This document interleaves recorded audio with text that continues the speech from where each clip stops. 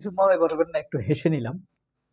ধরেন জামায়াত তো চরমোনাইকে 46 আসন ছেড়ে দিছিল। সেই 46 আসনে কারা প্রার্থী হয়েছিল?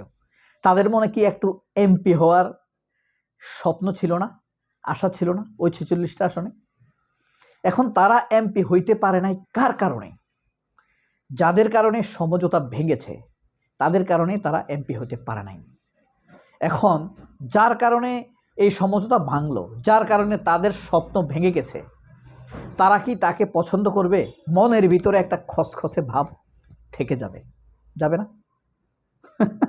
যাবে। হাসিটা বলবো আমি বিষয়টা। এই যে ধরেন আপনার প্রিয় দল ব্রাজিল বিশ্বকাপে জিতেছে, ট্রফিটা তাদের হাতে তুলে দিল, আনন্দ কি শেষ? না। এই আনন্দে দেখা গেছে ওই রাইতে আপনার ঘুমই হয় নাই। ওই আনন্দে আপনি 10,000 টাকা খরচ করে ফেলছেন। কেউ তো লাখ লাখ টাকা খরচ করে ফেলে, গরু খাওয়াই দেয়। টাকা খরচ করা কি আনন্দের বিষয়? না, কষ্টের বিষয়। তারপরও কিছু কিছু কষ্ট আছে আনন্দের মতো। ধরেন আপনি অস্ট্রেলিয়া সাপোর্ট করেন, হলুদ ক্যাপ পরছি তো সবাই ভাববে আমি অস্ট্রেলিয়া করি, ব্রাজিল করি।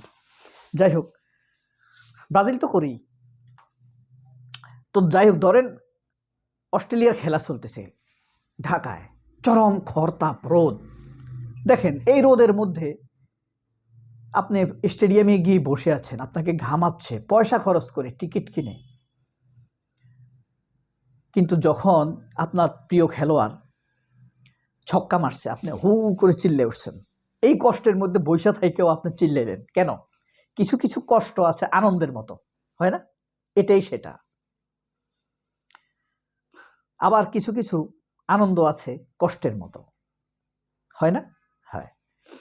আপনি একটা বিশাল চাকরি পাইছেন, হেলিকপ্টার কিনছেন। ধরেন আমার স্বপ্ন আছে একটা হেলিকপ্টার কিনবো, যদিও মনে বাধা দিবে, কারণ আমার মেয়ে নাই তো, মেয়েটা মারা গেছে।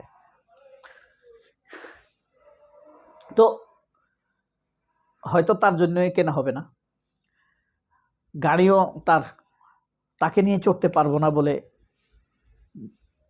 বাদ। তো এই যে ধরেন চরমোনাই এখন যে চলে গেল, যারা এমপি হওয়ার স্বপ্ন ছিল তাদের মনে কষ্টটা কিন্তু থেকে যাবে। আপনারা কি খেয়াল করেছেন এবারের যে সমঝোতা, এই সমঝোতায় বড় হুজুর ফিরসাব হুজুর চরমোনাই রেজাউল করিম হুজুরের টোন একরকম ছিল, আর সেকেন্ড হুজুর সৈয়দ ফয়জুল করিম বা ফয়জুল করিম তার টোন কিন্তু আরেক রকম ছিল, একটু ভিন্ন ছিল তাদের টোনটা, তাই না? খেয়াল করেছেন যখন বিভাগীয় সমাবেশগুলো হয় তখন কিন্তু বড় হুজুর গেছে, অথচ এইসব প্রোগ্রামে যাওয়ার কথা ছোট হুজুর, সেকেন্ড হুজুর। ফাইনাল প্রোগ্রামটা করবে বড় হুজুর, কিন্তু ফাইনাল গুলো করছে কে? মানে মাঠ পর্যায়ের গুলো করলো কে? বড় হুজুর। কেন্দ্রীয় আলোচনা করলো কে? ছোট হুজুর। ছোট হুজুর আলোচনা এসে হসপস করে দিল। অর্থাৎ হসপস করে দিল কি? মিল হয় নাই। সব দোষ আমি বলতেছি না চরমোনাই, কিছু দোষ জামায়াতেরও থাকতে পারে। দোষটা কি আসন ছাড়ে নাই? না, সেটা না। দোষটা হলো বুঝাইতে পারে নাই, অথবা চরমোনাই হুজুরকে খুব বেশি করে সম্মান দিতে পারে নাই। সম্মানটা কি? প্রচুর, ধরেন 200 কোটি টাকা দিয়ে দিত চরমোনাইকে যদি থাকতো আমাদের, তাইলে এই জোট জীবনেও ভাঙতো না, এক সিট না দিলেও ভাঙতো না। 200 কোটি টাকা ধরেন দিয়ে দিছে, হ্যাঁ আসেন আপনাদেরকে 5টা দিব, তাও রাজি। এখন এই মুহূর্তে আপনি অফার দেন ক্যাশ 200 কোটি টাকা দিব, এরশাদ যেরকম শেখ হাসিনাকে দিছে 86-তে, সেই টাকা দিয়ে সুদা সদন কিনছে। তাহলে কি হলো? আসলে সেইভাবে সম্মান দিতে পারে নাই, এই কারণে হয়তো থাকে নাই। এখন আমির শাহ হুজুর কি খেলাটা খেললো, কি গেমটা খেললো, কি চালাকিটা করলো? চালাকি শব্দটা ব্যবহার করা উচিত না, তবুও নেগেটিভ অর্থে নেবেন না। বাংলাদেশে প্রচলিত বিদায় চালাকি শব্দটা ইউজ করলাম, ইন্টেলিজেন্স বলতে পারেন। তো যাই হোক, দেখেন ওই যে বিশ্বকাপের ট্রফি দেওয়ার সাথে সাথে আনন্দ শেষ হয়ে যায় না, ওই রাতে ঘুম আসে না। 1 সপ্তাহ যাবৎ আপনার প্রতিপক্ষ দলের, যা হেরে যাওয়া দলের লোকদেরকে খোঁচাইতেই থাকেন, নানান রকম মজা দিতে থাকেন। এক সপ্তাহ আপনি খুব হাই লেভেলের নাস্তা করেন, ঠিক না, বন্ধু বান্ধবকে খাওয়ান। দেখেন জামায়াত কিন্তু বীজ বপন করে ফেলছে। আপনি এমনও হইতে পারে চরমোনাই একটা ফাটল দেখাও দিতে পারে, এমপি হওয়ার স্বপ্ন ভেস্তে গেছে, এটা ফেলে দেওয়ার মতো বিষয় না। ঘটনাটা কি এমন যে চরমোনাই যদি এই সমঝোতায় থাকতো তাহলে 200 আসনে জামাত জিতত?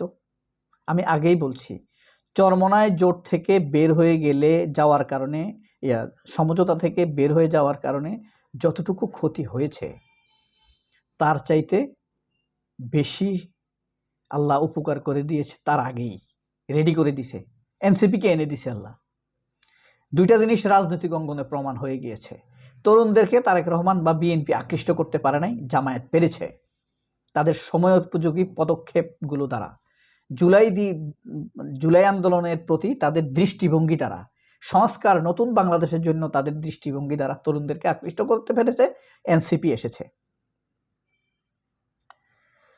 তবে চরমোনাই যদি এনসিপি না আসতো তাহলে চরমোনাইকে 60টা আসন জামায়াত দিয়ে দিত। এখন জামায়াত কি করছে, চরমোনাই থেকে ধরেন 10-15টা কমাইছে, মঞ্জুর থেকে 5-7টা কমাইছে, ইসলামী ঐক্যজোট থেকে কয়েকটা 1-2টা কমায় কাকে দিল, এনসিপিকে দিল। এটার সাথে অর্জনও আছে। অর্জনের কথা তো মানুষ কম বলে।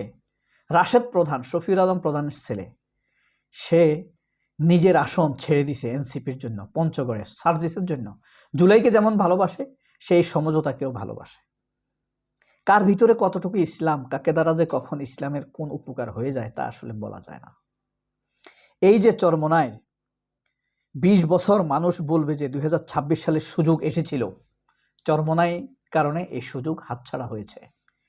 অথবা সুযোগ আরোটা সুন্দর হতে পারত, আরো নিষ্কলুষ হতে পারত, কিন্তু চরমোনাইয়ের কারণে সেটি হয়নি। মামুনুল হক থাকবে কি থাকবে না সেটা অন্য ইস্যু। মামুনুল হক যে ঐক্যের প্রতীক এমন হয়ে উঠতে পারেন নাই, আমি শ্রদ্ধা করি, কিন্তু দেখেন একটা ব্যক্তিত্ব মানুষ কিন্তু তার বলয়কে এক করে ফেলে। যেমন হেফাজত, কাউমি সব মামুনুল হক হুজুরের কারিশমায় যদি এক হয়ে যেত তাহলে কারিশমাটিক বলতাম আমি।